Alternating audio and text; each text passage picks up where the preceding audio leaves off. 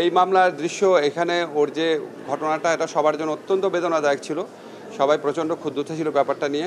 তবে আপনাদের কয়েকটা জিনিস খুব স্পষ্টভাবে বলে আপনারা মনে রাখবেন, এই মামলাটা তদন্তাধীন অবস্থায় রয়েছে, তদন্ত কার্যক্রমের মধ্যে রয়েছে।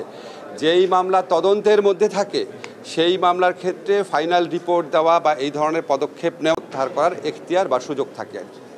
তো আমরা যখন এই জুলাই হত্যাকাণ্ড, জুলাই গণ অভ্যুত্থানকালে ছাত্র জনতার বিরুদ্ধে ফ্যাসিস্ট আওয়ামী লীগ সরকার যে সমস্ত ষড়যন্ত্রমূলক এবং মিথ্যা বানোয়াট মামলা করেছিল, আমি আমার দায়িত্ব নেওয়ার পরপরই তখন যে স্বরাষ্ট্রমন্ত্রী ছিলেন, তখনকার যে আইজিপি ছিলেন, ওনাদের সাথে বৈঠক করে রিকোয়েস্ট করেছিলাম এই মামলাগুলোর ক্ষেত্রে তাড়াতাড়ি যেন নিষ্পত্তি করার ব্যবস্থা নেওয়া হয়। সেটা অনুযায়ী ওনারা সব মামলার ফাইনাল রিপোর্ট দিয়েছে বলে আমরা জেনেছিলাম, কিন্তু আমাদেরকে বলেছিল অল্প কিছু, পরবর্তীকালে আমাদের জানিয়েছিল অল্প কিছু মামলা এখনও রয়ে গেছে যেগুলো হত্যা মামলা রিলেটেড। এবং এইরকম একটা মামলা, ফায়েজের মামলা, কালকে আমি খবর নিলাম ফায়েজের মামলাটা এরকম একটা মামলা, এবং এখানে 2 জন আসামি তারা 164 স্টেটমেন্ট দিয়েছিল। তো আমি খবর নিয়ে জানলাম ওনারা যদি 164 এই স্টেটমেন্টটা রিট্র্যাক্ট না করে তাহলে এই মামলাটার নিষ্পত্তি বা ফাইনাল রিপোর্ট দেওয়া খুবই দুষ্কর, এবং এটা সম্পূর্ণভাবে পুলিশের এবং স্বরাষ্ট্র মন্ত্রণালয়ের এখতিয়ারাধীন বিষয়। এখানে আইন মন্ত্রণালয়ের করার কিছু নাই। অনেক সময় অনেকে আপনারা হয়তো আমাকে চিনেন, ভালোবাসেন বা অপছন্দ করেন, যে কোনো কারণে হোক, যে কোনো ঘটনার জন্য ভেবে নেন এটা আমরা কিছু করছি না কেন। আমাদের যতই সদিচ্ছা থাক, একটা মামলা চার্জশিট পর্যায়ে আসার পর শুধুমাত্র আইন মন্ত্রণালয় কোনো কিছু করতে পারে, তার আগে কোনো কিছু করার স্কোপ আইন মন্ত্রণালয়ের নাই।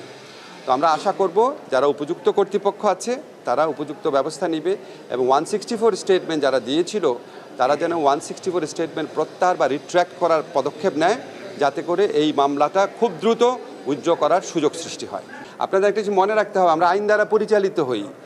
একটা আইনের বাইরে যেটা বাণিজ্য মন্ত্রণালয়ের কাজ সেটা আইন মন্ত্রণালয় করতে পারবে না, যেটা শিক্ষা মন্ত্রণালয়ের কাজ সেটা স্বরাষ্ট্র মন্ত্রণালয় করতে পারবে না, যেটা পররাষ্ট্র মন্ত্রণালয়ের কাজ সেটা মৎস্য মন্ত্রণালয় করতে পারবে না। এটা তো সবার বোঝার কথা। তো আমার যতই প্রত্যাশা থাক, যতই আন্তরিকতা থাক, যতই আমার ইচ্ছা থাক, এই কাজটা প্রক্রিয়াগতভাবে ঠিক না হওয়া পর্যন্ত অন্য মন্ত্রণালয়ের ব্যাপার, আমাদের এখানে কিছু করার নাই। আমাদের খালি সাজেশন দেওয়ার আছে, আমাদের খালি অনুরোধ করার আছে, এর বাইরে কিছু নাই। আমি ফাইয়াজের ভাইকে কালকে বুঝিয়ে বলেছি প্রক্রিয়াটা কি। আপনারা যারা 164 স্টেটমেন্ট দিয়েছিল ওনাদেরকে একটু কাইন্ডলি জিজ্ঞেস করেন যে এই সরকার আসছে 8 মাস হয়ে গেছে, ওনারা এখনও 164 স্টেটমেন্ট, যেটা আমি বিশ্বাস করি পুলিশ অত্যাচার করে নিয়েছে, নির্যাতন করে নিয়েছে বা ভয় দেখিয়ে নিয়েছে, তা 8 মাস হয়ে গেল, ওনারা 164 স্টেটমেন্ট তো বুঝেন, বলা যে আমি আসলে করেছি অপরাধটা, তো ওনারা 164 স্টেটমেন্টে 8 মাস হয়ে গেছে উইথড্র করছেন না কেন? এটা একটু কাইন্ডলি ওনাদের জিজ্ঞেস করেন। যদি উইথড্র করতেন ওনারা তাহলে তো আজকে এই শিশু ফায়াজকে এই কোর্টে যাওয়া বা এই ধরনের একটা পরিস্থিতির মুখে আমাদের পড়তে হতো না।